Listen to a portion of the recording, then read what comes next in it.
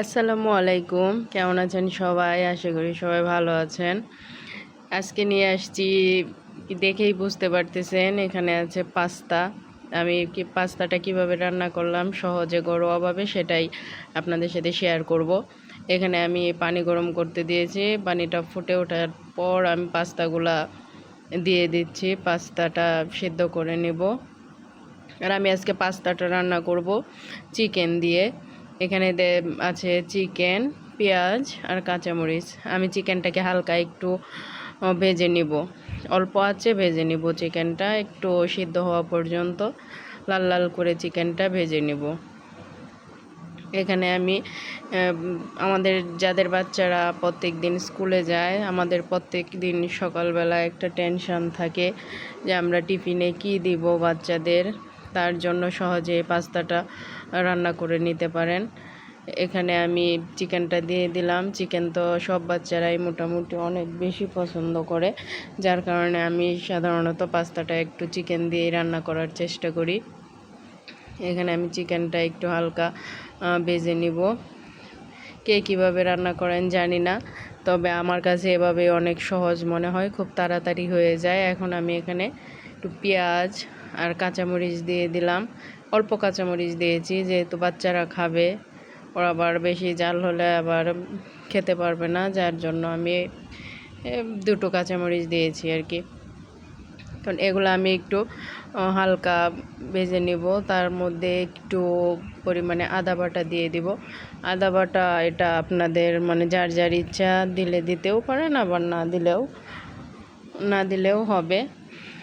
কারণ এখানে যেহেতু চিকেন, তাই আমি একটু আদা বাটা ইউজ করলাম। সাথে একটু হালকা লবণটা কম করে দিয়েছি, কারণ এখানে পাস্তার যে মশলাটা থাকে সেখানে কিন্তু অনেক লবণ থাকে, তাই লবণ এখানে বেশি হয়ে গেলে, ওই মশলার লবণটা বেশি হয়ে গেলে কিন্তু আর সেটা খেতে ভালো লাগে না, তাই আমি অল্প পরিমাণে লবণ দিয়েছি। এখানে আমি হালকা করে চিকেনটাকে ভেজে নিচ্ছি। এখন চিকেনটা এরকম ব্রাউন কালার হয়ে আসলে আমি এখানে দিয়ে দিলাম একটু গুঁড়া দুধ একটু পানিতে ঘন করে গুলে নিয়ে সেটা আমি দিয়ে দিলাম। এটা হোয়াইট সসের পরিবর্তে ব্যবহার করতে পারেন। এখন দিয়ে দিলাম হচ্ছে টমেটো সস। আমি টমেটো সসটা একটু কম করে দিলাম, কারণ যেহেতু বাচ্চাদের টিফিনে দিব, সসটা ঠান্ডা হয়ে গেলে কিন্তু একটু আঠালো ভাব চলে আসে, শুকনা একটা ভাব, সেটা খেতে ভালো লাগবে না। আর বাচ্চারা যেহেতু টিফিনে নিবে, সেখানে গরম করার কোনো ব্যবস্থা নেই, যার কারণে আমি অল্প একটু সস দিয়েছি। এখানে দিয়ে অল্প একটু পানি দিয়ে আমি একটু নেড়ে চেড়ে নিব। এখানে বেশি পানি দেওয়ার দরকার নাই, কারণ চিকেনটা আমি যখন ভাজার সময় চিকেনটা প্রায় সিদ্ধ হয়ে গেছে। এখন এই অবস্থায় আসার পর আমি সিদ্ধ করে রাখা পাস্তাটা দিয়ে দিলাম। এখন পাস্তাটা দেওয়ার পর একটু ওই 2 থেকে 3 মিনিট একটু নেড়ে চেড়ে ডেকে রাখলেই পাস্তাটা কিন্তু রেডি হয়ে যাবে।